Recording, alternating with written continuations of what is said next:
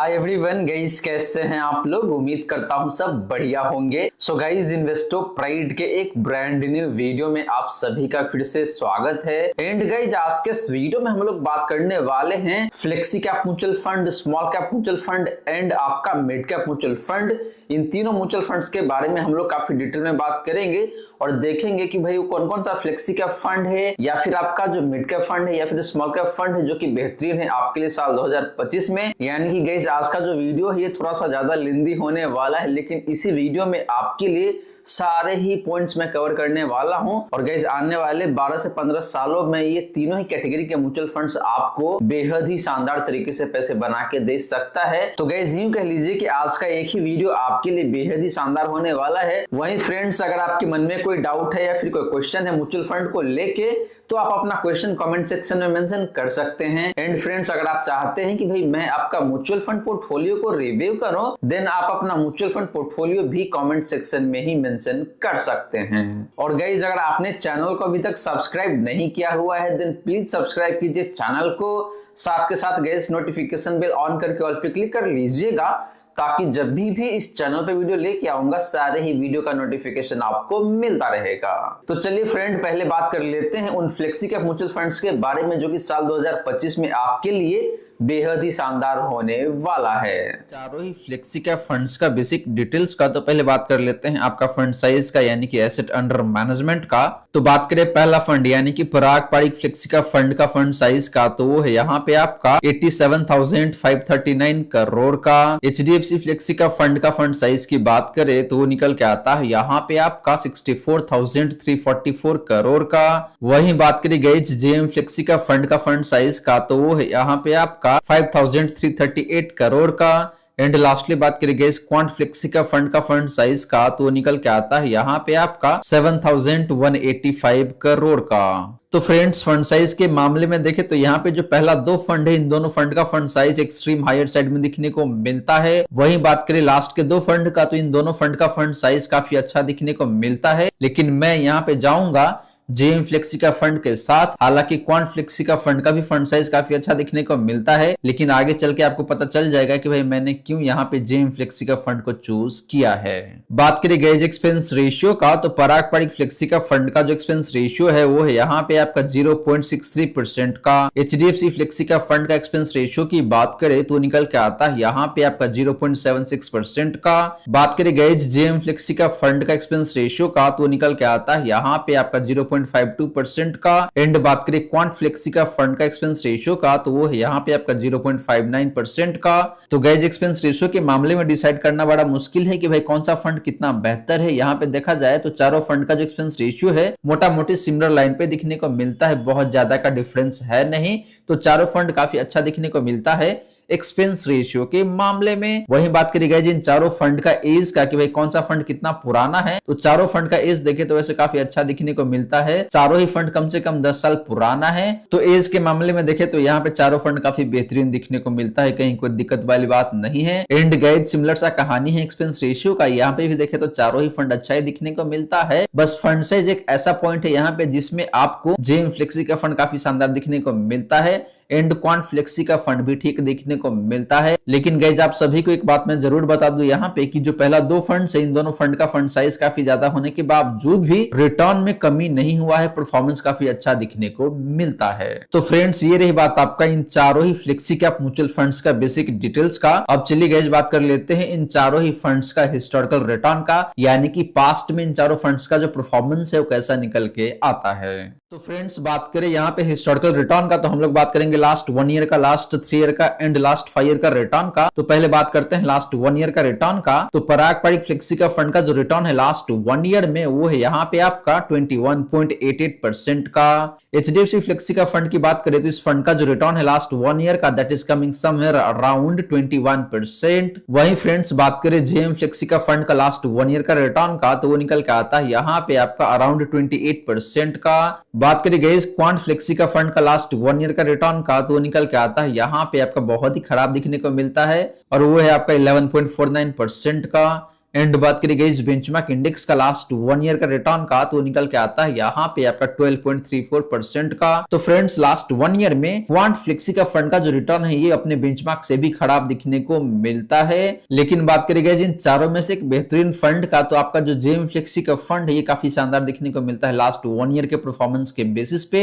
हालांकि गाइस जो पहला 2 फंड है इन दोनों फंड्स का भी रिटर्न लास्ट 1 ईयर में काफी अच्छा ही दिखने को मिलता है। बात करें गाइस पिछले 3 सालों का रिटर्न का तो पराग पारिक फ्लेक्सी का फंड का जो रिटर्न है पिछले 3 सालों का वो है यहाँ पे आपका 16.69 का। एचडीएफसी फ्लेक्सी का फंड का पिछले 3 सालों का रिटर्न की बात करें तो वो निकल के आता है यहाँ पे आपका 22.23% का। जेएम फ्लेक्सी का फंड का पिछले 3 सालों का रिटर्न की बात करें तो वो है आपका यहाँ पे 24.15% का। क्वांट फ्लेक्सी का फंड का पिछले 3 सालों का रिटर्न की बात करें तो वो निकल के आता है यहाँ पे आपका 17.64% का। एंड बात करें फ्रेंड्स बेंचमार्क इंडेक्स का पिछले 3 सालों का रिटर्न का तो वो है यहाँ पे आपका 13.1% का। तो फ्रेंड्स पिछले 3 सालों में देखें तो चारों फंड्स का जो परफॉर्मेंस है अपने बेंचमार्क से बेहतर दिखने को मिलता है। हालांकि पिछले 3 सालों में भी क्वांट फ्लेक्सी का फंड का परफॉर्मेंस इन चारों में सबसे खराब दिखने को मिलता है। एंड बात करें सबसे बेहतरीन फंड का जिसने पिछले 3 सालों में सबसे अच्छा परफॉर्म किया है तो वो फंड यहाँ पे अगेन आपके लिए जेएम फ्लेक्सी का फंड गाइस। एंड आपका जो एचडीएफसी फ्लेक्सी का फंड है इसका भी रिटर्न पिछले 3 सालों में काफी शानदार दिखने को मिलता है। सिमिलरली गाइस बात करें पिछले 5 सालों का रिटर्न का तो पराग पारिक फ्लेक्सी का फंड का जो रिटर्न है लास्ट 5 ईयर का वो निकल के आता है यहाँ पे आपका 25.14% का। एचडीएफसी फ्लेक्सी का फंड का पिछले 5 सालों का रिटर्न की बात करें तो वो निकल के आता है यहाँ पे आपका 22.68% का। जेएम फ्लेक्सी का फंड का पिछले 5 सालों की बात करें तो वो निकल के आता है यहाँ पे आपका 24.41% का। बात करें फ्रेंड क्वांट फ्लेक्सी का फंड का पिछले 5 सालों का रिटर्न का तो वो निकल के आता है यहाँ पे आपका 31.38% का। एंड बात करें फ्रेंड बेंचमार्क इंडेक्स का पिछले 5 सालों का रिटर्न का तो वो निकल के आता है यहाँ पे आपका 18.18% का। तो फ्रेंड्स पिछले 5 सालों में देखें तो जो पहला 3 फंड है या फिर कह लीजिए चारों के चारों फंड काफी बेहतरीन तरीके से परफॉर्म किया हुआ है। सबसे अच्छा परफॉर्मेंस है क्वांट फ्लेक्सी का फंड का। लेकिन गाइस क्वांट के म्यूचुअल फंड का क्या हाल है रिसेंट पास्ट में आप सभी को पता है, तो मैं यहाँ पे क्वांट फ्लेक्सी का फंड तो बिल्कुल भी सजेस्ट नहीं करूंगा।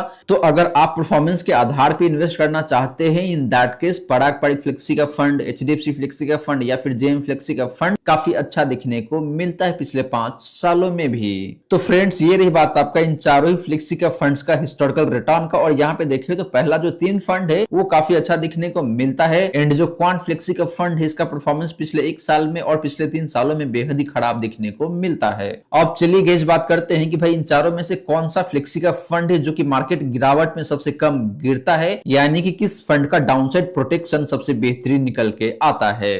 तो गाइस बात करें कैप्चर रेशियो का तो पहले बात करेंगे मैक्सिमम ड्रॉ डाउन का, यानी कि एक सर्टेन टाइम फ्रेम में पास्ट में कौन सा फंड सबसे ज्यादा गिरावट दिखाया हुआ है। तो पहले बात करते हैं पराग पारिक फ्लेक्सी का फंड का मैक्सिमम ड्रॉ डाउन का, तो वो है यहाँ पे आपका नेगेटिव 14% के आसपास में। एचडीएफसी फ्लेक्सी का फंड का मैक्सिमम ड्रॉ डाउन की बात करें तो वो निकल के आता है यहाँ पे आपका नेगेटिव 5.82% का, यानी कि ये फंड पास्ट में एक सर्टेन टाइम फ्रेम में सबसे ज्यादा आपको मोटा मोटी 6% का ही गिरावट दिखाया हुआ है। बात करें आपका जेएम फ्लेक्सी का फंड का मैक्सिमम ड्रॉ डाउन का, तो वो है यहाँ पे आपका नेगेटिव 8.55% का। क्वांट फ्लेक्सी का फंड का मैक्सिमम ड्रॉ डाउन की बात करें तो वो है यहाँ पे आपका 13.29% का। एंड बात करें कैटेगरी एवरेज का मैक्सिमम ड्रॉ डाउन का, तो निकल के आता है यहाँ पे आपका नेगेटिव 12.99% का। तो गाइस मैक्सिमम ड्रॉ डाउन के मामले में देखें तो जो क्वांट फ्लेक्सी का फंड है ये सबसे ज्यादा गिरावट दिखा चुका है पास्ट में, और अभी भी जो गिरावट आया है रिसेंट पास्ट में, अगर आप पिछले 6 महीने की बात करें या फिर पिछले 3 महीने की बात करें तो इन टाइम फ्रेम में क्वांट फ्लेक्सी का फंड का परफॉर्मेंस बेहद ही खराब दिखने को मिलता है। तो मैक्सिमम ड्रॉ डाउन के मामले में देखें तो एचडीएफसी फ्लेक्सी का फंड इन चारों में सबसे बेहतरीन दिखने को मिलता है, यानी कि ये फंड मार्केट गिरावट में काफी कम गिरता है। और गाइस आपको बता दूं कि ये जो डेटा है पिछले 3 सालों का जो परफॉर्मेंस है या फिर रिटर्न है उसके आधार पे ही कैलकुलेट होता है, तो आप इस बात को ध्यान में रख सकते हैं। बात करें फ्रेंड्स अपसाइड रेशियो का, यानी कि जब मार्केट तेजी में रहता है तो उस केस में इन चारों में से कौन सा फंड है जो कि आपको ज्यादा रिटर्न बना के देता है अपने बेंचमार्क इंडेक्स के कंपैरिजन में। और गाइस आपको बता दूं कि अपसाइड रेशियो 100 के ऊपर जितना ज्यादा होता है उतना ही बेहतर माना जाता है। तो पहले बात कर लेते हैं पराग पारिक फ्लेक्सी का फंड का अपसाइड रेशियो का, तो वो है यहाँ पे आपका 90 का। एचडीएफसी फ्लेक्सी का फंड का अपसाइड रेशियो की बात करें तो निकल के आता है यहाँ पे आपका 108 का। जेएम फ्लेक्सी का फंड का अपसाइड रेशियो की बात करें तो वो है यहाँ पे आपका 118 का। क्वांट फ्लेक्सी का फंड का अपसाइड रेशियो की बात करी गई तो निकल के आता है यहाँ पे आपका 119 का। एंड बात करें कैटेगरी एवरेज का अपसाइड रेशियो का तो वो है आपका यहाँ पे 95 का। तो गाइस अपसाइड रेशियो के मामले में देखें तो पराग पारिक फ्लेक्सी का फंड बेहतर नहीं दिखने को मिलता है। ये फंड जब मार्केट में तेजी रहता है तो उस केस में अपने बेंचमार्क से कम परफॉर्म करके देता है। एंड बात करें बाकी तीन फंड्स का तो इन तीनों फंड का जो अपसाइड रेशियो है ये काफी शानदार दिखने को मिलता है। स्पेशली बात करें जेएम फ्लेक्सी का फंड का या फिर क्वांट फ्लेक्सी का फंड का तो इन दोनों फंड का जो अपसाइड रेशियो है ये काफी अच्छा दिखने को मिलता है। लास्टली बात करें गाइस डाउनसाइड रेशियो का, यानी कि जब मार्केट में तेज गिरावट आती है तो उस केस में इन चारों में से कौन सा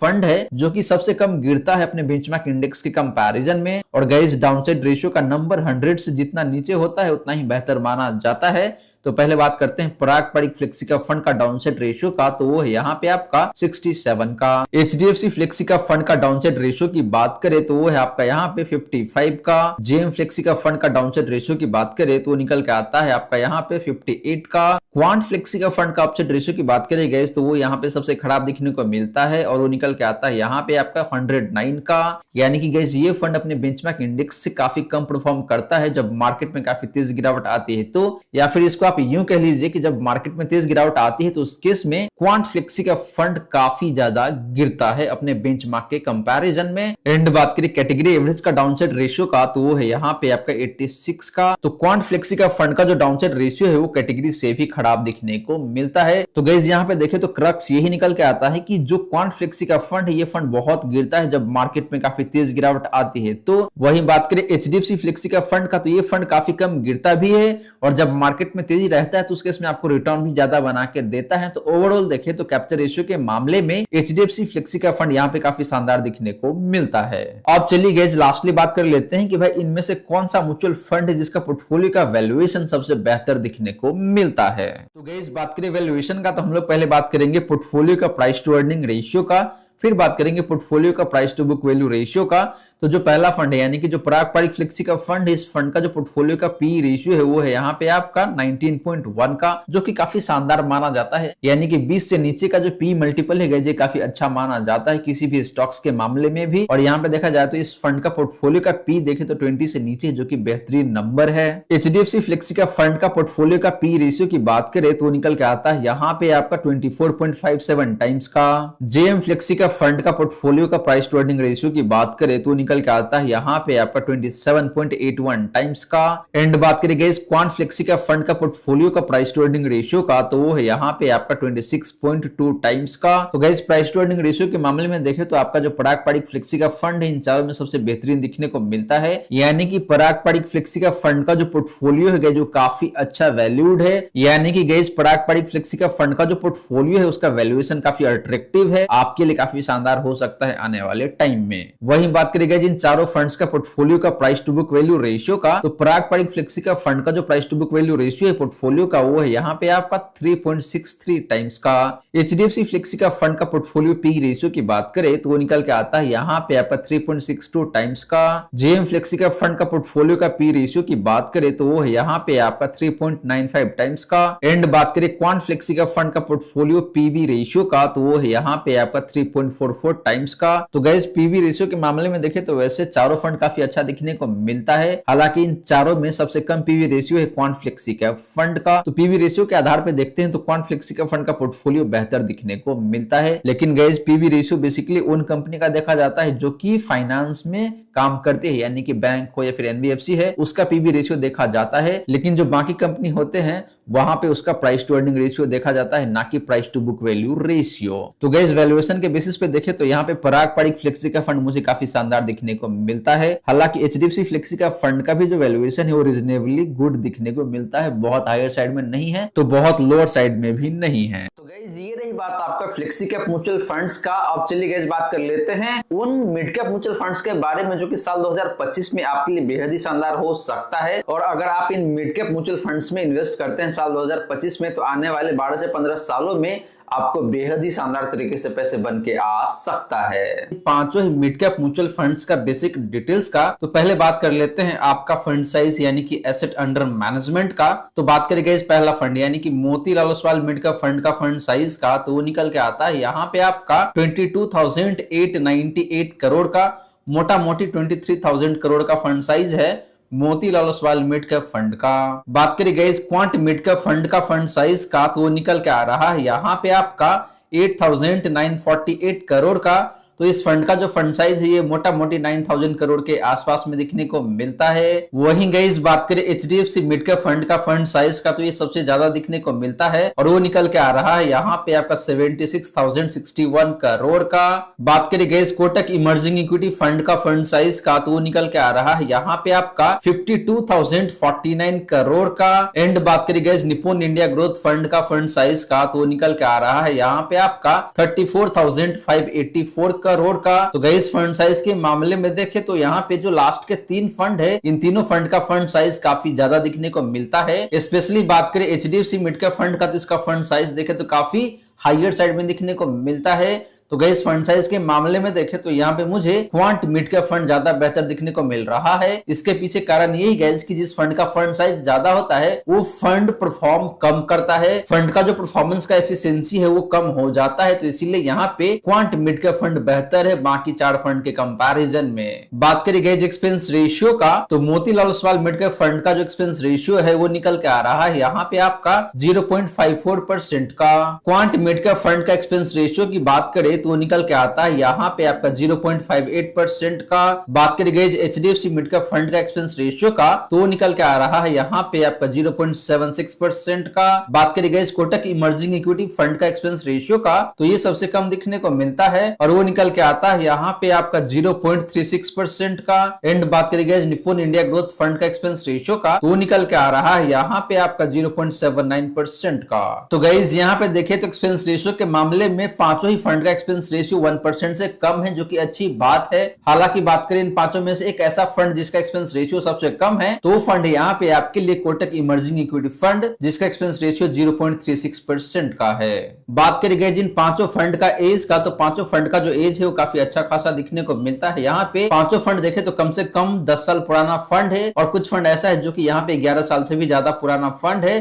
तो फंड एज के मामले में देखें तो यहाँ पे कहीं कोई दिक्कत वाली बात नहीं है। पांचों ही फंड अपने अपने जगह पे काफी शानदार दिखने को मिलता है। तो गाइस ये रही बात आपका इन पांचों ही मिड कैप फंड्स का बेसिक डिटेल्स का। और गाइस यहाँ पे देखें तो ओवरऑल पांचों ही फंड काफी अच्छा दिखने को मिलता है। हालांकि अगर आप बात करें क्वांट मिड कैप फंड का, तो ये फंड मुझे ज्यादा बेहतर दिखने को मिलता है, जिसका फंड साइज काफी अच्छा दिखने को मिल रहा है, काफी रिजनेबल है। एक्सपेंस रेशियो भी देखे तो बहुत ज्यादा नहीं है। एंड फंड का एज भी देखे तो काफी अच्छा खासा दिखने को मिलता है। आप चलिए गाइस बात कर लेते हैं इन पांचों मिड कैप फंड का हिस्टोरिकल रिटर्न का, यानी कि पास्ट में इन पांचों मिड कैप फंड्स ने आपको किस तरीके से परफॉर्म करके दिया है। तो देख लेते हैं कि भाई इन पांचों फंड का परफॉर्मेंस कैसा निकल के आता है। तो गाइस बात करें हिस्टोरिकल रिटर्न का, तो यहाँ पे हम लोग बात करेंगे सबसे पहले लास्ट 1 ईयर का, यानी कि लास्ट 1 ईयर में कौन सा फंड ने कितना अच्छा परफॉर्म किया हुआ है। तो पहले बात करते हैं Motilal Oswal mid cap fund का लास्ट 1 ईयर का रिटर्न का, तो निकल के आता है यहाँ पे आपका 57.2% का। क्वांट मिड कैप फंड का पिछले 1 साल का रिटर्न की बात करें गाइस तो निकल के आता है यहाँ पे आपका 21.23% का। बात करें guys HDFC mid cap fund का लास्ट 1 ईयर का रिटर्न का, तो निकल के आ रहा है यहाँ पे आपका 30.52% का। वहीं बात करें guys Kotak emerging equity fund का लास्ट 1 ईयर का रिटर्न का, तो निकल के आ रहा है यहाँ पे आपका 36.01% का। बात करें guys Nippon India growth fund का लास्ट 1 ईयर का रिटर्न का, तो निकल के आ रहा है यहाँ पे आपका 29.93% का। एंड बात करें गाइस बेंचमार्क इंडेक्स का पिछले 1 साल का रिटर्न का, तो निकल के आ रहा है यहाँ पे आपका 28.65% का। तो गाइस लास्ट 1 ईयर में देखें तो यहाँ पे इन पांचों मिड कैप फंड्स का जो परफॉर्मेंस है वो ठीक दिखने को मिलता है। हालांकि क्वांट मिड कैप फंड का जो परफॉर्मेंस है लास्ट 1 ईयर का, ये काफी खराब दिखने को मिलता है बाकी 4 फंड के कंपैरिजन में, या फिर जो बेंचमार्क इंडेक्स है उसके कंपैरिजन में भी क्वांट मिड कैप फंड ने काफी खराब परफॉर्म किया हुआ है। लेकिन जैसे ही आप बात करते हैं इन पांचों में से एक बेहतरीन फंड का जिसका रिटर्न लास्ट 1 ईयर में सबसे शानदार है, तो फंड है यहाँ पे आपके लिए Motilal Oswal mid cap fund, जिसने आपको लास्ट 1 ईयर में मोर देन 57% का रिटर्न बना के दिया हुआ है। बात करें गाइस पिछले 3 सालों का रिटर्न का, तो Motilal Oswal mid cap fund का जो रिटर्न है पिछले 3 सालों का, वो निकल के आ रहा है यहाँ पे आपका 37.01% का। क्वांट मिड कैप फंड का पिछले 3 सालों का रिटर्न की बात करें तो वो निकल के आता है यहाँ पे आपका 25.61% का। Guys quant mid cap fund ने लास्ट 1 ईयर में बेहद ही खराब तरीके से परफॉर्म किया हुआ है और इसका इंपैक्ट इसके पिछले 3 सालों का जो रिटर्न है उस पर भी पड़ा हुआ है और इसी वजह से पिछले 3 सालों का जो रिटर्न है ये भी खराब दिखने को मिलता है। बात करें guys HDFC mid cap fund का पिछले 3 सालों का रिटर्न का तो निकल के आ रहा है यहाँ पे आपका 29.48% का। कोटक इमर्जिंग इक्विटी फंड का पिछले 5 सालों का रिटर्न की बात करें तो निकल के आता है यहाँ पे आपका 24.96% का। वहीं बात करें guys Nippon India growth fund का पिछले 3 सालों का रिटर्न का तो निकल के आ रहा है यहाँ पे आपका 27.64% का। एंड बात करें गाइस बेंचमार्क इंडेक्स का पिछले 3 सालों का रिटर्न का तो निकल के आता है यहाँ पे आपका 24.13% का। तो गाइस पिछले 3 सालों में हालांकि पांचों ही मिड कैप फंड का जो परफॉर्मेंस है अपने बेंचमार्क से बेहतर दिखने को मिलता है, लेकिन बात करें गाइस इन पांचों में से एक बेहतरीन फंड का जिसका रिटर्न पिछले 3 सालों में भी काफी शानदार है तो वो फंड यहाँ पे निकल के आता है अगेन आपके लिए Motilal Oswal mid cap fund, जिसने आपको पिछले 3 सालों में 37% से ज्यादा का रिटर्न बना के दिया हुआ है एनुअल बेसिस पे। हालांकि guys HDFC mid cap fund का भी जो रिटर्न है पिछले 3 सालों का ये काफी अच्छा ही दिखने को मिल रहा है, मोटा मोटी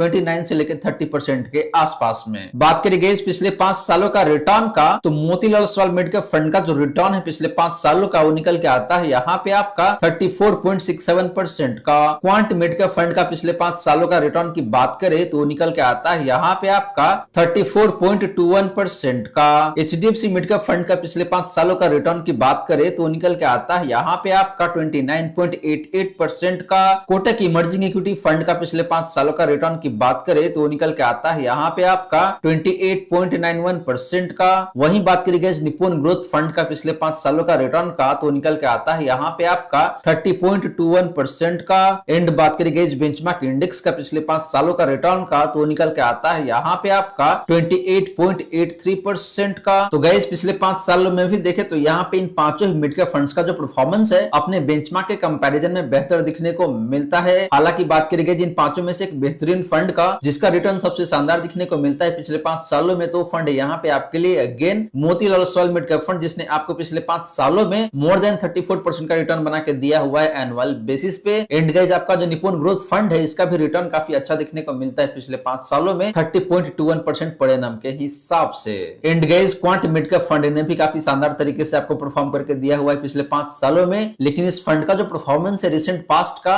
ये बहुत खराब दिखने को मिलता है, जिसकी वजह से इसका last 1 year and last 3 year का जो रिटर्न है ये काफी खराब हो गया है। तो गाइस हिस्टोरिकल रिटर्न के बेसिस पे देखे तो यहाँ पे Motilal Oswal mid cap fund काफी शानदार दिखने को मिलता है across the time frame. And आपका जो निप्पॉन ग्रोथ फंड है या फिर आपका जो एचडीएफसी मिड कैप फंड है ये भी काफी बेहतरीन दिखने को मिलता है हर एक टाइम फ्रेम में। अब चलिए गाइस बात कर लेते हैं इन पांचों मिड कैप फंड्स का कैप्चर रेशियो का, यानी कि भाई जब मार्केट में तेज गिरावट आती है तो उस केस में कौन सा मिड कैप फंड है जो कि सबसे ज्यादा गिरावट आपको दिखाता है और कौन सा मिड कैप फंड है जिसमें डाउनसाइड प्रोटेक्शन सबसे बेहतरीन दिखने को मिलता है। एंड वहीं पे कौन सा मिड कैप फंड है जब मार्केट में तेजी रहता है तो उस केस में आपको सबसे बेहतरीन तरीके से पैसे बना के देता है। तो गाइस बात करें कैप्चर रेशियो का तो पहले बात करते हैं यहाँ पे आपका मैक्सिमम ड्रॉडाउन का, यानी कि पास्ट में एक सर्टेन टाइम फ्रेम में कौन सा मिड कैप फंड आपको सबसे ज्यादा गिरावट दिखा चुका है। तो पहले बात करते हैं आपका Motilal Oswal mid cap fund का मैक्सिमम ड्रॉडाउन का, तो निकल के आता है यहाँ पे आपका नेगेटिव 8.89% का, यानी कि ये फंड पास्ट में एक सर्टेन टाइम फ्रेम में सबसे ज्यादा मोटा मोटी 9% का गिरावट दिखाया हुआ है। बात करें guys quant mid cap fund का मैक्सिमम ड्रॉडाउन का, तो निकल के आता है यहाँ पे आपका नेगेटिव 11.57% का। एचडीएफसी मिड कैप फंड का मैक्सिमम ड्रॉडाउन की बात करें तो निकल के आता है यहाँ पे आपका नेगेटिव 9.29% का। कोटक इमर्जिंग इक्विटी फंड का मैक्सिमम ड्रॉडाउन की बात करें तो निकल के आ रहा है यहाँ पे आपका नेगेटिव 9.34% का। बात करें गाइस निप्पॉन ग्रोथ फंड का मैक्सिमम ड्रॉडाउन का, तो निकल के आ रहा है यहाँ पे आपका नेगेटिव 9.72% का। एंड बात करें गाइस कैटेगरी एवरेज का मैक्सिमम ड्रॉडाउन का, तो निकल के आ रहा है यहाँ पे आपका नेगेटिव 12.09% का। तो गाइस मैक्सिमम ड्रॉडाउन के मामले में यहाँ पे देखें तो पांचों मिड कैप फंड अपने कैटेगरी से बेहतर दिखने को मिलता है, यानी कि कैटेगरी के कंपैरिजन में पांचों मिड कैप फंड ने पास्ट में एक सर्टेन टाइम फ्रेम में कम गिरावट दिखाया हुआ है। लेकिन बात करें गाइस इन पांचों में से एक बेहतरीन फंड का जिसका मैक्सिमम ड्रॉडाउन सबसे कम दिखने को मिलता है तो फंड यहाँ पे आपके लिए Motilal Oswal mid cap fund. इसके बाद देखें तो आपका जो एचडीएफसी मिड कैप फंड है या फिर कोटक इमर्जिंग इक्विटी फंड है या फिर जो निप्पॉन ग्रोथ फंड है, ये तीनों फंड भी काफी अच्छा देखने को मिलता है मैक्सिमम ड्रॉ डाउन के मामले में। बात करें गाइस अपसाइड रेशियो का, यानी कि जब मार्केट काफी तेजी में रहता है तो उस केस में कौन सा मिड कैप फंड अपने बेंचमार्क इंडेक्स के कंपैरिजन में आपको ज्यादा रिटर्न बना के देता है। तो पहले बात करते हैं Motilal Oswal mid cap fund का अपसाइड रेशियो का, तो निकल के आ रहा है यहाँ पे आपका 111 का। क्वांट मिड कैप फंड का अपसाइड रेशियो की बात करें तो निकल के आता है यहाँ पे आपका 100 का। एचडीएफसी मिड कैप फंड का अपसाइड रेशियो की बात करें तो निकल के आता है यहाँ पे आपका 97 का।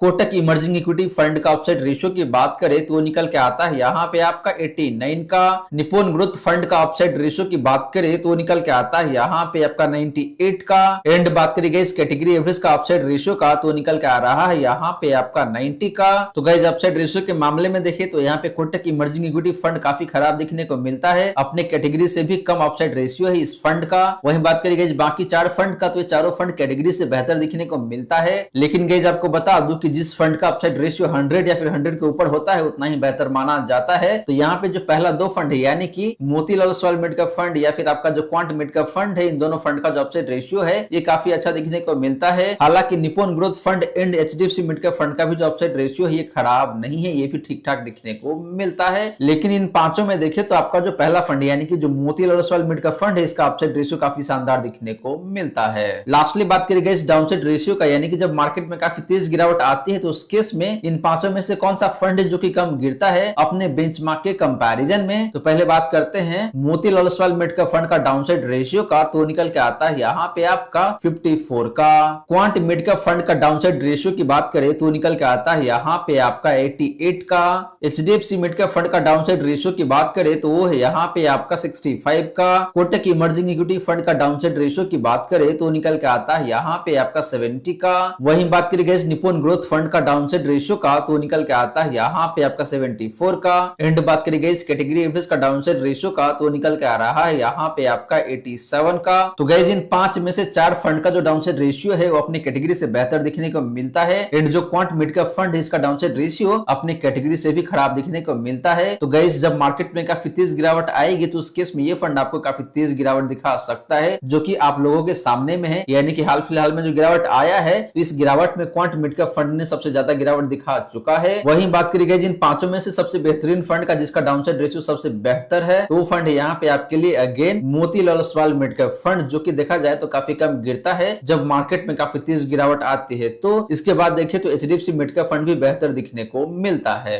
तो गाइस ये रही बात आपका इन 5 मिड कैप फंड्स का कैप्चर रेशियोज का। और गाइस यहाँ पे देखें तो ओवरऑल हर एक महीने में Motilal Oswal mid cap fund काफी शानदार दिखने को मिलता है। इसके बाद देखें तो आपका जो निप्पॉन ग्रोथ फंड है या फिर एचडीएफसी मिड कैप फंड है ये भी काफी अच्छा दिखने को मिल रहा है। तो गाइस ये रही बात आपका मिड कैप म्यूचुअल फंड्स का। और गाइस यहाँ पे देखें तो हर किसी इन्वेस्टर के लिए एक मिड कैप म्यूचुअल फंड्स यहाँ पे है, तो आप अपने रिस्क प्रोफाइल के अकॉर्डिंग किसी एक मिड कैप म्यूचुअल फंड्स को चूज कर सकते हैं और उसमें जाके इन्वेस्ट कर सकते हैं। अब चलिए गाइस बात कर लेते हैं उन स्मॉल कैप म्यूचुअल फंड्स के बारे में जो कि साल 2025 में आपके लिए बेहद ही शानदार हो सकता है। तो पहले बात करते हैं आपका फंड साइज यानी कि एसेट अंडर मैनेजमेंट का। तो बात करें पहला फंड यानी कि निप्पॉन स्मॉल कैप फंड का फंड साइज का, तो वो है यहाँ पे आपका 61,027 करोड़ का। टाटा स्मॉल कैप फंड का फंड साइज की बात करें तो वो है यहाँ पे आपका 9,464 करोड़ का। एंड बात करें क्वांट स्मॉल कैप फंड का फंड साइज का, तो वो है यहाँ पे आपका 26,331 करोड़ का। तो गाइस फंड साइज के मामले में देखें तो यहाँ पे वैसे तीनों फंड काफी अच्छा है। हालांकि निप्पॉन स्मॉल कैप फंड का फंड साइज काफी ज्यादा दिखने को मिलता है अपने कैटेगरी के हिसाब से। एंड बाकी जो 2 फंड है इन दोनों फंड का जो फंड साइज है गाइस काफी अच्छा दिखने को मिल रहा है, यहाँ पे कहीं कोई दिक्कत वाली बात नहीं है। वहीं गाइस बात करें एक्सपेंस रेशियो का, तो निप्पॉन स्मॉल कैप फंड का जो एक्सपेंस रेशियो है वो है यहाँ पे आपका 0.68% का। टाटा स्मॉल कैप फंड का एक्सपेंस रेशियो सबसे कम दिखने को मिल जाता है और वो है यहाँ पे आपका 0.34% का। एंड बात करें क्वांट स्मॉल कैप फंड का एक्सपेंस रेशियो का, तो निकल के आता है यहाँ पे आपका 0.64% का। तो गाइस एक्सपेंस रेशियो के मामले में टाटा स्मॉल कैप फंड यहाँ पे काफी शानदार दिखने को मिल जाता है। एंड बात करें गाइस एज का कि भाई कौन सा फंड कितना पुराना है, तो तीनों ही फंड्स देखे तो काफी शानदार एज कैरी करता है, यहाँ पे कहीं कोई दिक्कत वाली बात नहीं है। तो गाइस ये रही बात आपका इन तीनों ही स्मॉल कैप फंड फंड्स का बेसिक डिटेल्स का। और गाइस यहाँ पे देखे तो ओवरऑल तीनों ही फंड काफी अच्छा दिखने को मिलता है। हालांकि अगर आप मेरे से मेरा पर्सनल राय पूछेंगे या फिर मेरा पर्सनल ओपिनियन पूछेंगे तो मैं बताऊंगा आपको कि भाई टाटा स्मॉल का फंड यहाँ पे ज्यादा बेहतर दिखने को मिलता है, क्योंकि इसका फंड साइज भी बहुत ज्यादा नहीं है। एक्सपेंस रेशियो भी देखे तो इन तीनों में सबसे कम है। एंड एज भी देखे तो काफी अच्छा है, कहीं कोई दिक्कत वाली बात नहीं है। एंड आपका जो क्वांट स्मॉल का फंड है ये भी काफी अच्छा है दिखने को मिल रहा है बेसिक डिटेल्स के मामले में। आप चलिए गाइस बात कर लेते हैं इन तीनों ही स्मॉल कैप फंड्स का हिस्टोरिकल रिटर्न का। तो गाइस बात करें हिस्टोरिकल रिटर्न का तो पहले बात करते हैं लास्ट 1 ईयर का। तो लास्ट 1 ईयर में निप्पॉन स्मॉल कैप फंड का जो रिटर्न है गाइस वो है यहाँ पे आपका 31.73% का। टाटा स्मॉल कैप फंड का लास्ट 1 ईयर का रिटर्न की बात करें तो वो निकल के आता है यहाँ पे आपका 35.93% का। ऑलमोस्ट 36% का रिटर्न है लास्ट 1 ईयर में। वहीं बात करी गई क्वांट स्मॉल कैप फंड का लास्ट 1 ईयर का रिटर्न का तो वो निकल के आता है यहाँ पे आपका 35.04% का। एंड बात करें बेंचमार्क इंडेक्स का लास्ट 1 ईयर का रिटर्न का तो वो निकल के आता है यहाँ पे आपका 28.32% का। तो गाइस लास्ट के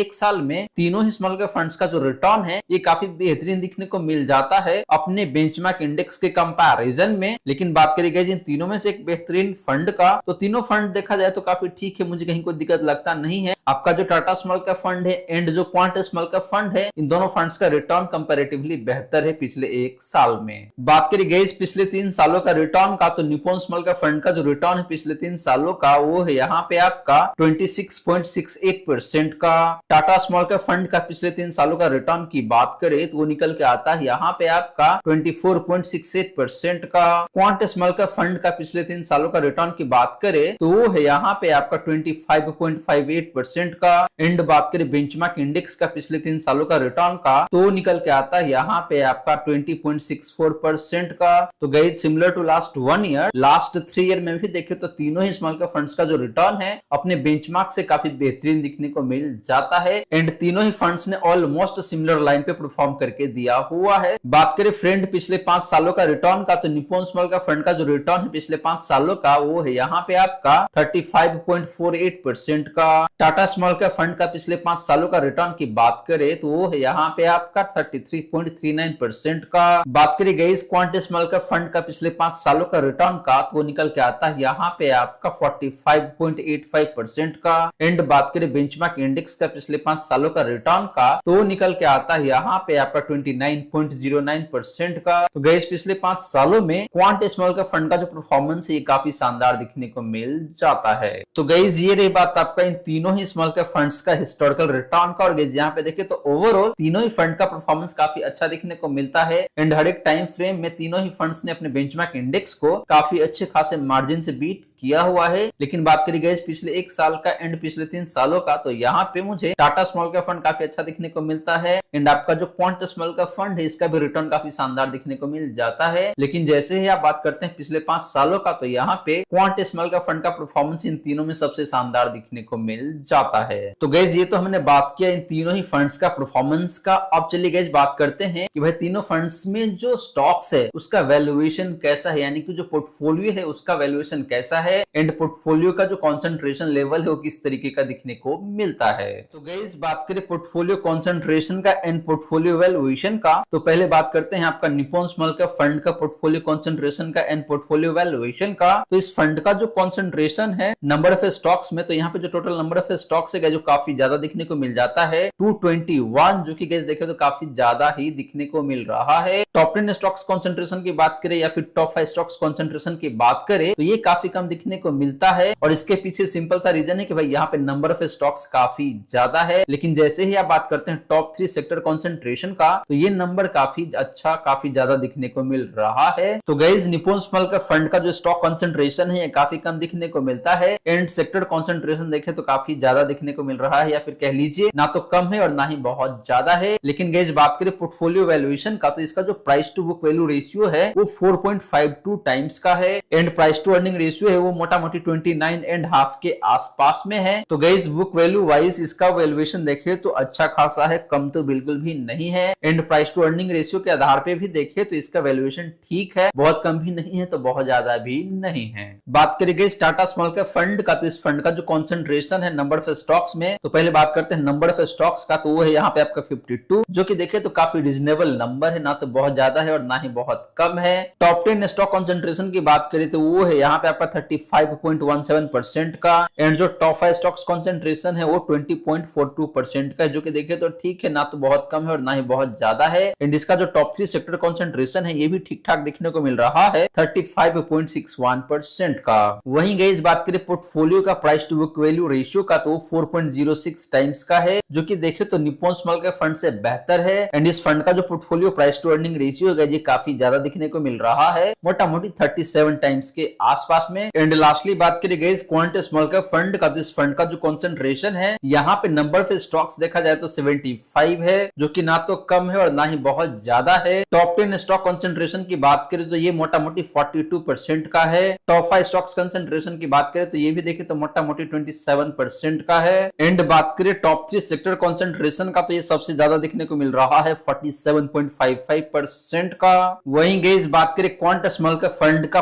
portfolio price to book value ratio का, तो ये इन तीनों में सबसे कम दिखने को मिलता है, मोटा मोटी 3 टाइम्स का। एंड बात करें प्राइस टू अर्निंग रेशियो का, तो ये मोटा मोटी 29% के आसपास में है। तो गाइस वैल्यूएशन के मामले में देखें तो इन तीनों में क्वांट स्मॉल कैप फंड का जो पोर्टफोलियो है ये ज्यादा बेहतर दिखने को मिलता है। एंड कॉन्सेंट्रेशन के मामले में देखें तो इसका कॉन्सेंट्रेशन लेवल ज्यादा दिखने को मिलता है। तो गाइस ये रही बात आपका इन तीनों ही स्मॉल कैप फंड्स का कॉन्सेंट्रेशन का एंड वैल्यूएशन का। अब चलिए गाइस बात कर लेते हैं इन तीनों ही स्मॉल कैप फंड्स का कैप्चर रेशियो का, यानी कि जब मार्केट में काफी तेज गिरावट आती है तो उस केस में इन तीनों में से कौन सा फंड है जो कि आपको ज्यादा गिरावट दिखाता है। तो गाइस बात करें कैप्चर रेशियो का, तो सबसे पहले बात करते हैं आपका मैक्सिमम ड्रॉ डाउन का। तो बात करें पहला फंड यानी कि निप्पॉन स्मॉल कैप फंड का मैक्सिमम ड्रॉ डाउन का, तो निकल के आता है यहाँ पे आपका -10.22% का। टाटा स्मॉल कैप फंड का मैक्सिमम ड्रॉ डाउन की बात करें तो निकल के आता है यहाँ पे आपका -10.27% का। बात करें guys quant small cap fund का मैक्सिमम ड्रॉ डाउन का, तो वो है यहाँ पे आपका -15.23% का। एंड बात करें कैटेगरी एवरेज का मैक्सिमम ड्रॉ डाउन का, तो निकल के आता है यहाँ पे आपका -13.07% का। तो गाइस मैक्सिमम ड्रॉ डाउन के मामले में पहला 2 फंड देखे तो काफी अच्छा दिखने को मिल रहा है। एंड आपका जो क्वांट स्मॉल कैप फंड है ये फंड ज्यादा गिरावट दिखाता है। बात करें गाइस अपसाइड रेशियो का, यानी कि जब मार्केट अप ट्रेंड में रहता है तो उस केस में इन तीनों में से कौन सा फंड है जो कि आपको ज्यादा रिटर्न बना के देता है अपने बेंचमार्क इंडेक्स के कंपैरिजन में। तो बात करें पहला फंड यानी कि निप्पॉन स्मॉल कैप फंड का अपसाइड रेशियो का, तो निकल के आता है यहाँ पे आपका 91 का। टाटा स्मॉल कैप फंड का अपसाइड रेशियो की बात करें तो निकल के आता है यहाँ पे आपका 84 का। बात करें guys quant small cap fund का अपसाइड रेशियो का, तो निकल के आता है यहाँ पे आपका 98 का। एंड बात करें कैटेगरी एवरेज का अपसाइड रेशियो का, तो निकल के आता है यहाँ पे आपका 81 का। तो गाइस अपसाइड रेशियो के मामले में देखें तो वैसे तीनों फंड का अपसाइड रेशियो अपनी कैटेगरी एवरेज से बेहतर है, लेकिन गाइस आपको बता दूं कि जिस फंड का अपसाइड रेशियो 100 के ऊपर जितना ज्यादा होता है उतना ही बेहतर माना जाता है। तो वैसे देखें तो यहाँ पे तीनों फंड का अपसाइड रेशियो 100 के नीचे है, लेकिन इन तीनों में देखा जाए तो आपका जो क्वांट स्मॉल कैप फंड है इसका अपसाइड रेशियो बेहतर दिखने को मिलता है। लास्टली गाइस बात करें डाउनसाइड रेशियो का, तो निप्पॉन स्मॉल कैप फंड का जो डाउनसाइड रेशियो है वो है यहाँ पे आपका 54 का। टाटा स्मॉल कैप फंड का डाउनसाइड रेशियो की बात करें तो वो निकल के आता है यहाँ पे आपका 44 का। क्वांट स्मॉल कैप फंड का डाउनसाइड रेशियो की बात करें तो वो निकल के आता है यहाँ पे आपका 78 का। एंड बात करें कैटेगरी एवरेज का डाउनसाइड रेशियो का, तो वो निकल के आता है यहाँ पे आपका 65 का। तो गाइस डाउनसाइड रेशियो के मामले में देखें तो पहला 2 फंड अगेन काफी अच्छा दिखने को मिल रहा है। एंड आपका जो क्वांट स्मॉल कैप फंड है इसका डाउनसाइड रेशियो ज्यादा है, यानी कि जब मार्केट में तेज गिरावट आती है तो उस केस में ये फंड आपको ज्यादा गिरावट दिखा सकता है अपने बेंचमार्क इंडेक्स के कंपैरिजन में एंड बाकी 2 फंड के कंपैरिजन में। तो गाइस ये रही बात आपका इन तीनों ही स्मॉल कैप फंड्स का डिफरेंट कैप्चर रेशियोज का। और गाइस यहाँ पे देखें तो overall Tata small cap fund उनके लिए काफी शानदार है जो कि कम रिस्क लेना चाहते हैं और रिटर्न भी कम कमाना चाहते हैं। वहीं अगर आप एक ऐसे इन्वेस्टर जो कि ज्यादा रिस्क लेके ज्यादा पैसा कमाना चाहते हैं, इन दैट केस आपके लिए क्वांट स्मॉल कैप फंड यहाँ पे बेहतर हो सकता है। तो गाइस ये रही बात आपका इन तीनों ही स्मॉल कैप म्यूचुअल फंड्स के बारे में। और गाइस यहाँ पे देखें तो तो तीनों फंड्स अपने अपने जगह पे